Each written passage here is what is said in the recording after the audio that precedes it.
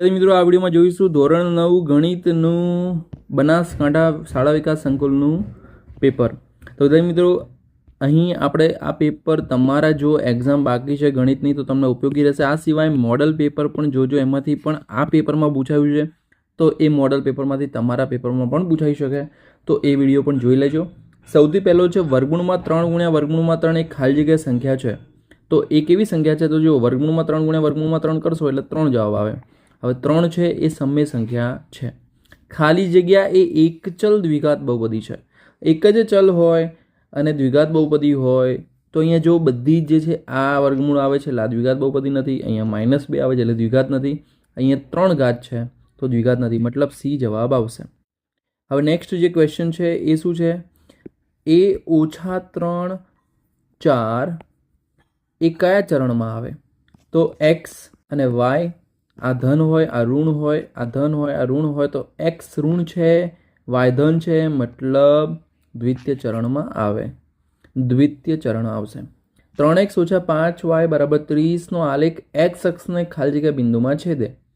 તો વિદ્યાર્થી મિત્રો અહીંયા x અક્ષને છેદવાનું છે તો x અક્ષને છેદે તો y આમ શું આવે? 0 આવે. બરાબર, રાઈટ? તો y આમ 0 આવે તો 0 મૂકી દઈએ y ની જગ્યાએ, તો શું આવશે? 3x = 30, x = 30/3 એટલે કે 10 જવાબ આવશે. તો 10 0 બિંદુને છેદે, 10 0 બિંદુમાં છેદે. 62 અંશના ખૂણાના કોટિકોણનું માપ, તો 28 અંશ આવશે. 90 માંથી 62 બાદ કરી દો, 28 આવશે.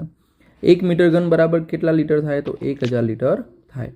નાનામાં નાની પૂર્ણ સંખ્યા, તો જવાબ આવશે 0. જો તમને એમ કે નાનામાં નાની આપણે પ્રાકૃતિક સંખ્યા, તો 1 જવાબ આવશે. જે બિંદુના બંને આમ ઋણ હોય તો તે કયા ચરણમાં હોય? તો ત્રીજા ચરણમાં હોય. 4x - ky = 20 નો ઉકેલ જો હવે જો અહીંયા બિંદુ 10 5 છે, અહીંયા મિસ્ટેક હતી, એકચ્યુઅલી 10 એ હતો. તો અહીંયા k કેટલો? તો 4x, x ની જગ્યાએ 10 મૂકો, k એમના એમ, y ની જગ્યાએ આપણે મૂકીશું 5 = 20, 10 ચોક 40, 40 પેલી બાજુ જાય એટલે -5k = 20 - 40, તો -20 આવશે. -5k = -20, તો k = 5 ચોક 20 એટલે +4 આવશે. ઓકે, જો એ હોય અહીંયા એની જગ્યાએ અલગ અલગ હોય તો અલગ જવાબ આવે, પણ અહીંયા એ હતો. તો 4 વિપરીત કોણનું માપ ખાલી જગ્યાની વચ્ચે હોય તો 90 થી 180 ની વચ્ચે હોય વિપરીત કોણ.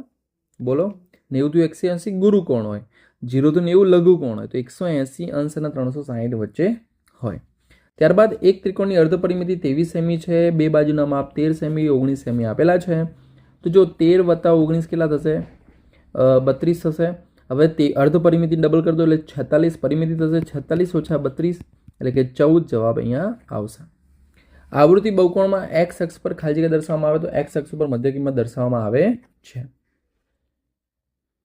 5/19 અને 11/19 ની વચ્ચે 5 નહીં પણ કેવી છે? અનંત સમય સંખ્યાઓ છે. એટલે અહીંયા જવાબ શું હશે? પહેલાં તમને પૂછી દઈએ એટલે શું કોઈ ટેન્શન ના આવે. તો કેટલી હશે? અહીંયા ખોટી અનંત હોય. x² - 5x + 4 એ સુરેખ એટલે એક ઘાત હોય, અહીંયા તો બે ઘાત છે એટલે જવાબ આવશે ખોટું. બે ભિન્ન બિંદુમાંથી પસાર થતી અસંખ્યની એકમાત્ર રેખા મળે એટલે ખોટું આવશે.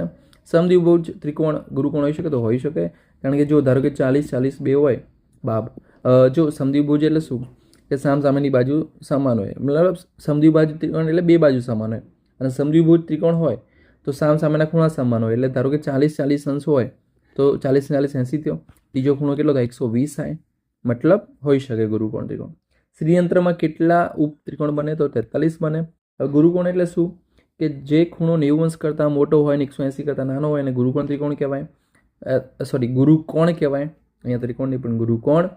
xy = 8 સેમી 11 સેમી 6 સેમી છે, તો 3 નો સરવાળો કરો, ભાગ્યા 2 કરો, તો 8 ને 11 કેટલા થશે? 19, 19 6 25, 25/2 એટલે 12.5.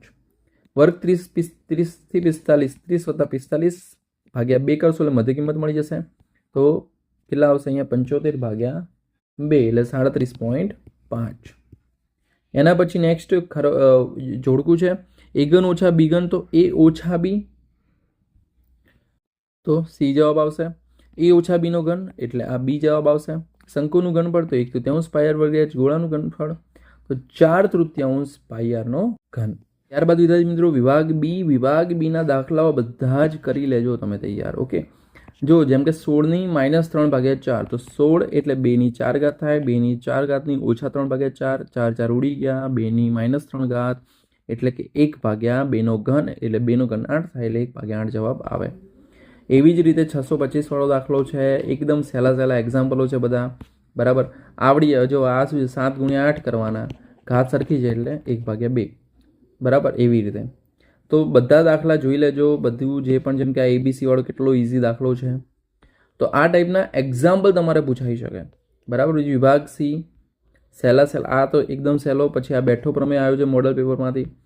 જો તમે મોડલ પેપર કર્યું તો તમને ઘણું બધું આમાંથી આવડી જાય. ઓકે, તો વિદ્યાર્થી મિત્રો આ વિભાગ ડી છે. તો આઈ એમ શ્યોર આ વિડીયો તમને મદદરૂપ થયો હશે. જો થયો વિડીયો લાઈક કરો, ચેનલને સબસ્ક્રાઈબ કરો. ફરી મળીએ નેક્સ્ટ વિડીયોમાં. ત્યાં સુધી good bye, take care, all the best.